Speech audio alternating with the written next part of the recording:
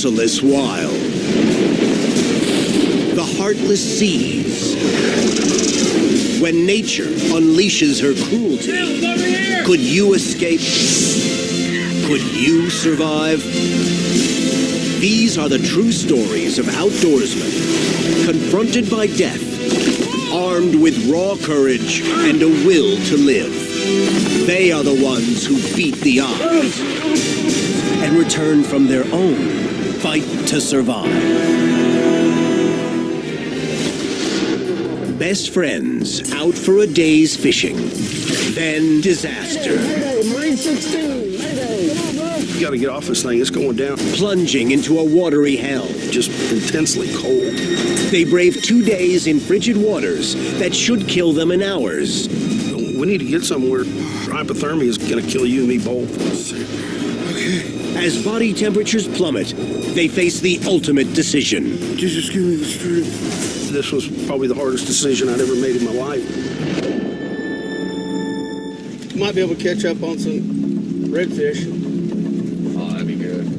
The second day of spring, 2012. Best friends Ed Cohen and Ken Henderson set out for 2 days of Texas Gulf fishing on Ken's Sport Fisher. Their friendship and will to live will soon be tested by disaster and tragedy. Ed was the best friend you could really ever have. My wife would always call him her other husband, you know, because she's known him, you know, for, I guess, about 15 years now, as long as she's known me. It didn't matter if they were hunting, fishing, vacationing, just getting on the motorcycles and taking off. They were just inseparable.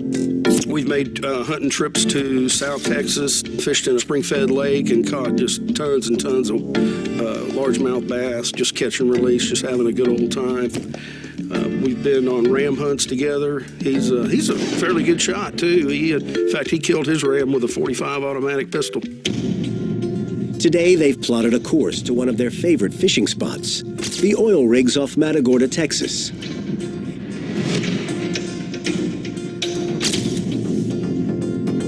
Ken's just bought a 30-foot sport fisher. Although the boat's used, Ken's a boat safety instructor, swift water rescue expert, and master diver.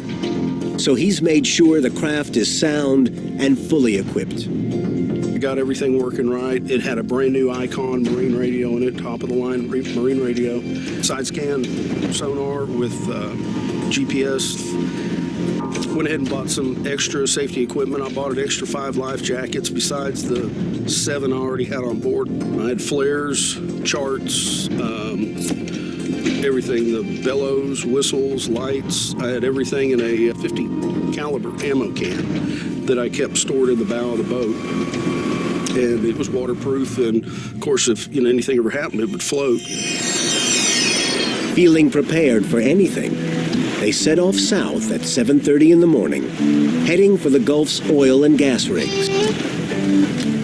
We were both like a couple kids that morning. We were excited, getting ready to go fishing the first time since December. It had been 4 months since we hadn't been able to go fishing because of the weather. I called my wife, Sandy, on the phone, and I told her, I said, look, we're going to head a little farther out.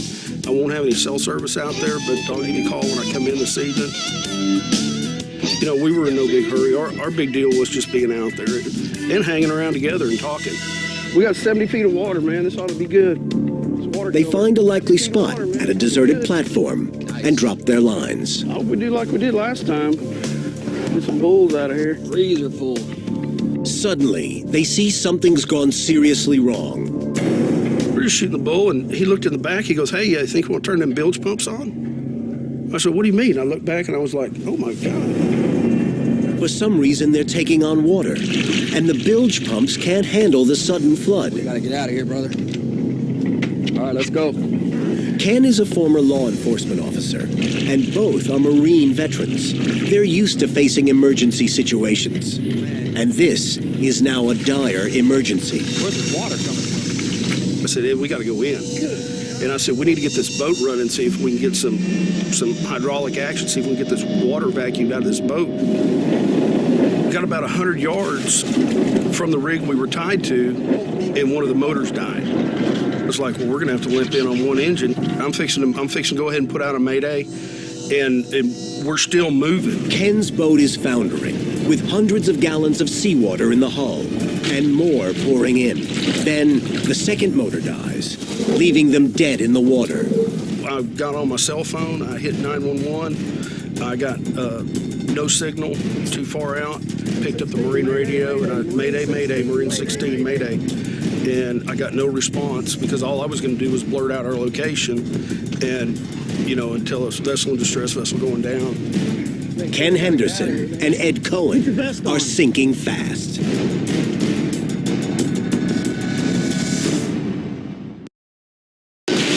Mayday, Mayday, Marine 16, Mayday. An offshore catastrophe leaves fishing buddies Ken Henderson and Ed Cohen scrambling in what would become an epic fight for survival.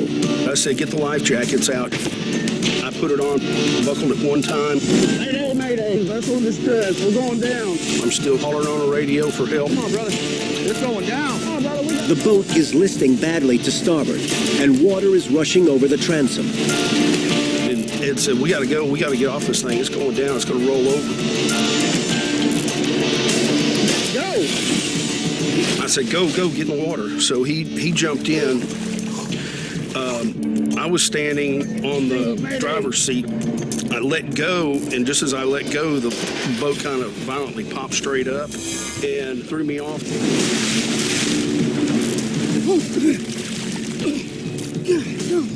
You all right? The boat just dropped straight down. There was about 8 feet of the bow sticking out. We both kind of looked at each other in amazement. We were just like, what just happened? This boat just sunk from underneath us in 5 minutes. From the first time I looked at my watch until we were in the water was less than 5 minutes. We didn't have time to react. As soon as that water hit you in the head, you'd see spots. And it was just intensely cold. Ken's instincts tell him the abandoned rig is their best bet for a safe haven. And I started to swim, and I looked back, and Ed wasn't coming, and I had got about 100 yards from him, and I was like, no, I'm not going if he's not going. The vital emergency gear Ken had so conscientiously packed onto the boat is now trapped inside it and beyond their reach. When it went down, it took everything with it. When the boat turned up, it all floated up inside the cabin. So we didn't have our flares, we didn't have our whistles, our horns, our flashlight. That was everything we needed to get rescued with. Adrift in a hostile sea, Ken and Ed only have life jackets and a half-filled bottle of Diet Cola. The relentless current is sweeping them away from the oil rig. As a master diver trained in survival techniques, Ken straps himself to Ed and puts more life jackets on them for added flotation. And I actually put it over his head and put it on over the top of his other one. I said, is that better, keeping your head up out of the water? Does that make you feel better? Oh, much better. Okay. They are potentially just hours away from unconsciousness and death in the frigid Gulf waters, when they sight a glimmer of hope in the shape of another oil rig in the distance. Ken wants them to swim towards the rig. And he said, no, I think we need to save our energy. I said, we need to get somewhere. Hypothermia is gonna kill you and me both. He says, no, somebody will come along, they'll get it. I said, okay, all right, we'll hang tight.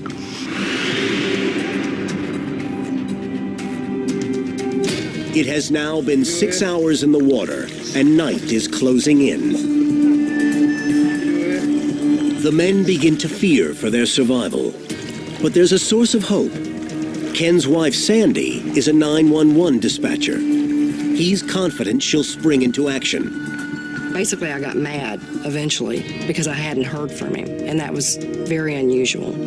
I probably stayed up until 1 o'clock in the morning, just waiting on the phone to ring, and it, of course, never did. The frigid March night goes on, and the two friends have only the warmth of words. We talked during the night. We talked about a lot of things. We talked about family. We talked about how much we loved each other. We prayed together. We kind of put our heads together, and we'd pray silently. And I started out asking for rescue. I even prayed for a dolphin to come by and give me a ride to a rig or something. All he kept saying was, I just want to get home and kiss my babies. I just want to get home and kiss my babies. Fatigue and hypothermia are taking their toll. But they find a way to get some warmth and some rest. During the night, we would take turns grabbing each other by our life jackets and pulling each other up on top of us, and then we'd wrap our legs around it and kind of get a little bit of, even though there's this much life jackets between us, we could get a little bit of radiant body heat and share it a little bit. And the only time you could really sleep is when you were on top of the other person.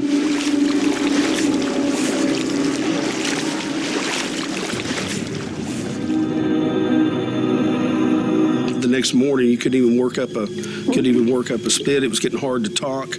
Our jaws were both sore from our teeth chattering, and our muscles hurt from just violently shaking from the cold. Without food or fresh water for almost 20 hours, they can only share sips of the Diet Cola.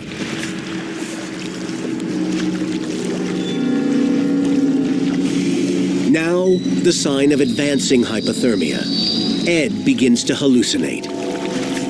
I looked over and he pulled out a big lighter and said, "What are you going to do? Light a signal flare or something?" I said, "No, I'm going to light this cigarette." He said, "I got one dry cigarette." I said, "Where?" He goes, "Right here in my mouth." I said, "Brother, you ain't got a cigarette in your mouth." And he reaches up and and you could just see the disappointment roll over his face because he was like, "Man, I'm hallucinating." The two men's torments stretch into the afternoon of the second day, and after 24 hours in the sea, Ken begins to hallucinate too. Ken and Ed are swiftly sinking into delirium, despair, and certain death. Mayday, Marine 16, Mayday! 27 hours ago, Ken Henderson and Ed Cohen's sport fishing boat slid beneath the waters of the Texas Gulf. The ocean temperatures are dragging them mercilessly into hypothermia. Then, a glimmer of hope. A helicopter passes overhead. It's heading for a gas rig only miles away. I realized that we were drifting by the rig, kind of catty corner, and if we swam across current, we might be able to, let the current slingshot us into the rig. The current will carry Ken us. encourages his friend to swim towards the rig, but Ed's body is failing. He was mumbling and shaking, and we'd be having a conversation. He'd close his eyes, and I'd kind of shake him, and he'd wake up. "What? I'm listening. Ken feels it's urgent that they swim to the rig. Ed, who's now critically hypothermic, doesn't have the strength. Ken unclips the tether that attaches them. I said, "Ed, you're going to have to help me here." He says, I can't do it anymore. I can't move.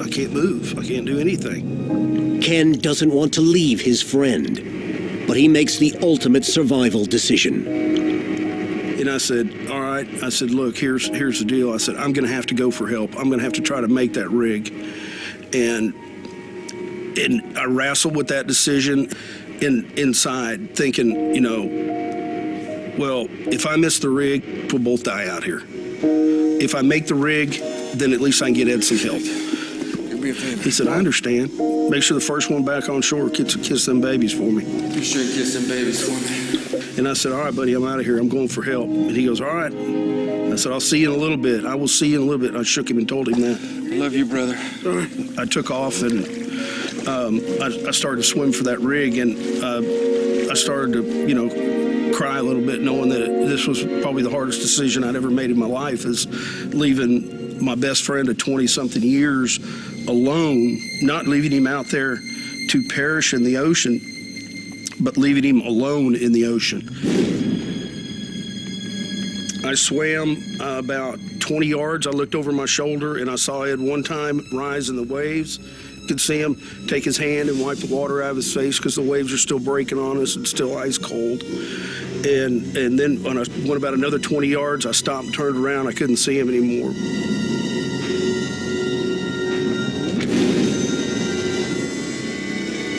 Ken swims as hard as he can, knowing that 2 lives now ride on him. But he's no match for the current and is swept past the rig and farther into the bone-chilling Gulf. I finally resolved myself that this was it. that I was just going to have to float here and hope that somebody would find me, and then I could get back and they could find Ed, or they could find Ed and they could get to me, or whatever. Along with his delirium and dehydration, Ken now has to deal with the pain of self-doubt. The cardinal sin, I left a brother behind, and you never do that.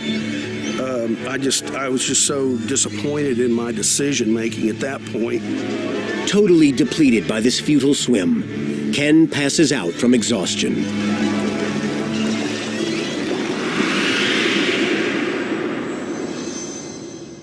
When Ken awakens from semi-coma, it is night.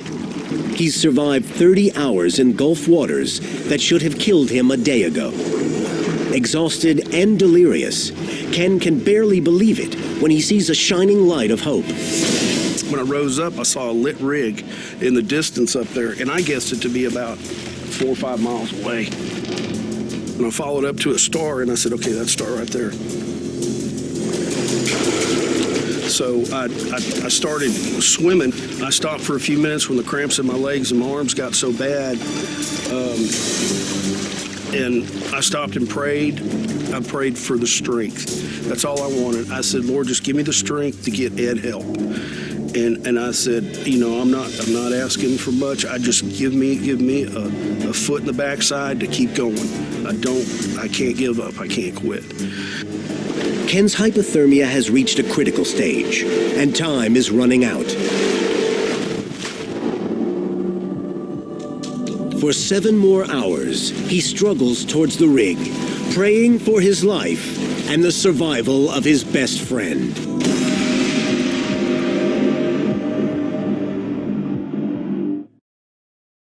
Ken Henderson is desperately swimming towards a gas rig, hoping to save his life and the life of his best friend, Ed Cohen. The 7-hour swim has cost him the last of his strength, but finally he reaches the platform. He spots a ladder inside the structure. I pulled with all my strength and got my legs up on the bottom rung, but when I stood up, it was like I wasn't standing up. It was weird. I couldn't feel my legs very well. He climbs aboard and wanders into the rig's galley. The crew is asleep, but Ken finds food, water, and miraculously a telephone. Turned around and looked, and there was a cordless phone on a charger. And I was like, no, I'm hallucinating. There's no cordless phone on an oil rig. I went over, picked it up, and got a dial tone, and I called my home phone number. Sandy answers, and it's a voice she's been desperate to hear. He was so hoarse that you couldn't hardly understand, anything that he had to say. And he said, I don't have but a minute, but I'm on an oil rig, and Ed is still out there. And he was telling me what rig number he was on. Sandy immediately phones the Coast Guard and gives them the platform's number. The Coast Guard fixes the location. Incredibly, Ken is 54 miles from where his boat went down. Ken tries to warm up and prays for good news about Ed. The next morning, he's transported to a Coast Guard station and aids in their search. Well, this is where we have you picked up at. You want to go over here? I was pointing at rigs on charts and everything else, and I heard the Marine 16 radio in the background, and I heard that somebody say that the fishermen had found what they believed to be Ed's body floating in the water. Ed's pulse is weak, and Ken is rushed to the hospital. But it didn't look good, and I had pretty much resigned myself to the fact that, it was, kind of a shot of hope, but it was a shot of hope. And the lady came out and she said, no, I'm sorry, Mr. Cohen didn't survive. And I kind of wilted. I kind of fell out, really. Once I got my thoughts together, I said, take me to him. And she said, are you sure? And I said, yes, I'm positive. Take me to him. I uncovered his head and talked to him for a minute and apologized to him, and that I couldn't get him some help quicker. And then I promised him that I would, do what he asked me to do and take care of the girls the way he's always told me that he wanted me to.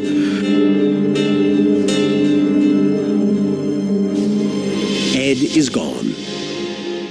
The doctors now focus on Ken's condition and insist on immediate hospitalization.